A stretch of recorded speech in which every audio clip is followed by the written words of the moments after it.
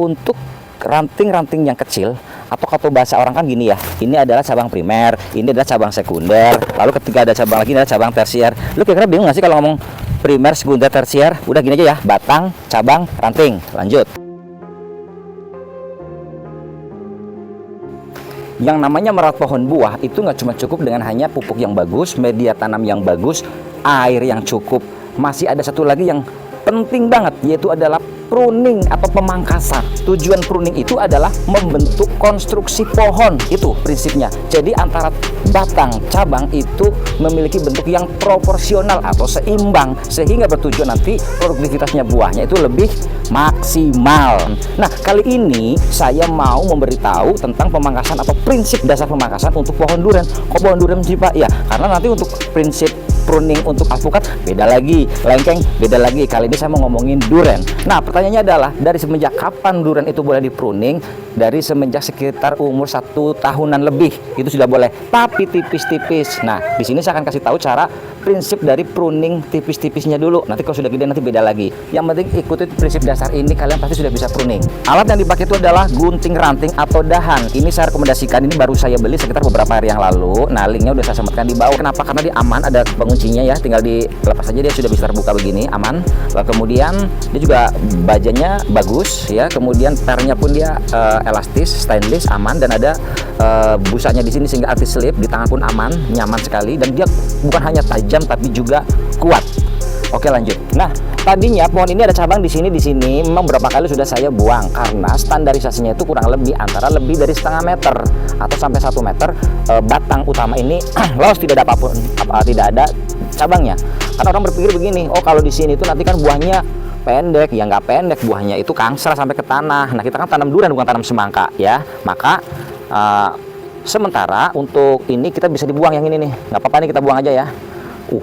Nggak apa-apa tuh Om, guntingnya nggak apa-apa nih, guntingnya itu kuat sekali. Oh kan, ini sangat rekomendasi. Lalu kemudian cabang yang ini tidak terlalu penting atau tidak terlalu bagus, nggak apa-apa, ini juga kita buang saja.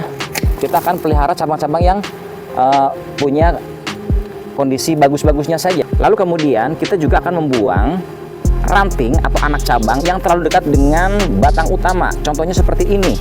Ini kita buang, kamera bisa mendekat ya. Ini kita buang nggak apa-apa, karena kita akan lari ke sono. Ini juga kita buang nggak apa-apa. Nah, seperti ini. Ini pun kita akan buang nggak apa-apa. Nah, seperti ini. Yang ini juga sini. Oke, nggak apa-apa sampai di sini.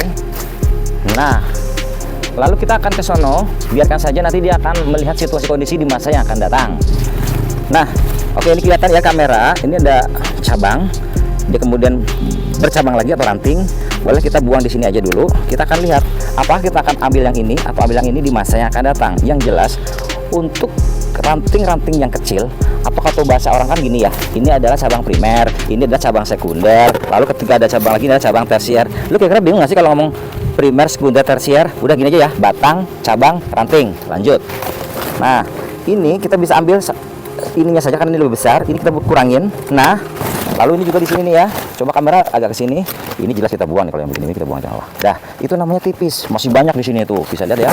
Tuh, masih banyak kan. Nah, ini biarkan saja, nanti dia sesuai dengan situasi kondisi di masa yang akan datang. Namanya juga pruning tipis-tipis. Kita naik ke atas. Nah, ini juga kita akan kurangin lagi. Nah, kapan Pak waktu yang tepat untuk pruning? Yaitu ketika menjelang musim kemarau, yaitu ketika dia sudah masuk ke musim kemarau. Karena salah satu tujuannya juga untuk mengurangi penguapan.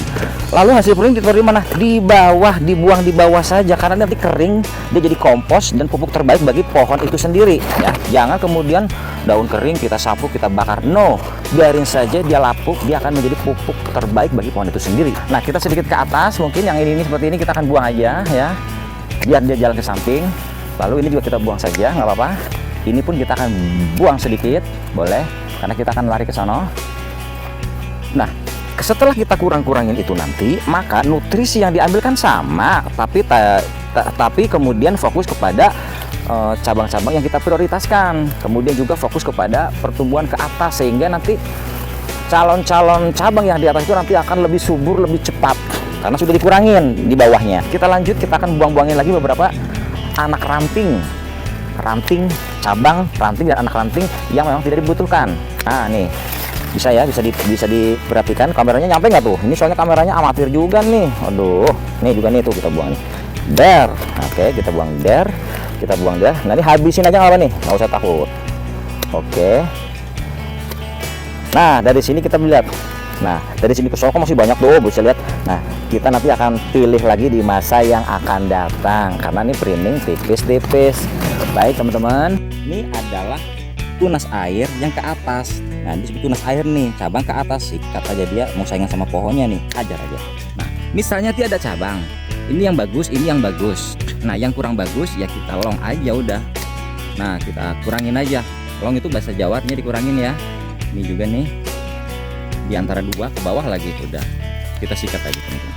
Nah, nanti akan mana lagi yang dikurangin, lihat situasinya di masa yang akan datang. Lalu aja lihat situasi di masa yang akan datang. Nah teman-teman, jika ada cabang tapi membentuk huruf V begini nih, ini dia disebut tadinya tunas air.